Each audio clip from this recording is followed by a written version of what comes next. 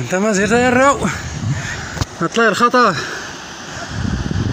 تدار نايت سعيدة تدا تيقشور تخنقولي ذات العفو لله هتقت نصور الجماعة نشر نايت عليوي ديالي البلان هيا كينسول البشار هذا درت نايت عمي هادي خالتي عبيشاتين ولنا المهم هاد اللحمة يتنايم ولا تزراو فيها الفيضان طيايا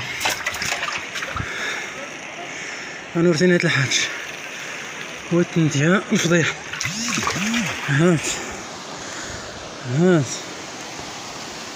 السلامة يالله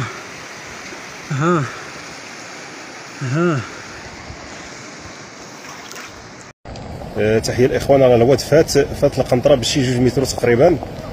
تحياتي للجميع. يعني السلطات غادي يشغلوا شي واحد انه يقرب من الواد. لاحظتوا الأسلاك الكهربائية حتى هي قرب القنطرة، يعني فيضانات بمعنى الكلمة. حاولت نزومي لكم شوفوا بحال الجبل تقريبا، بحال شي جبل فوق القنطرة. تحياتي للسلطات اللي ساهرة على هذا الحدث هذا، وتحياتي للجميع.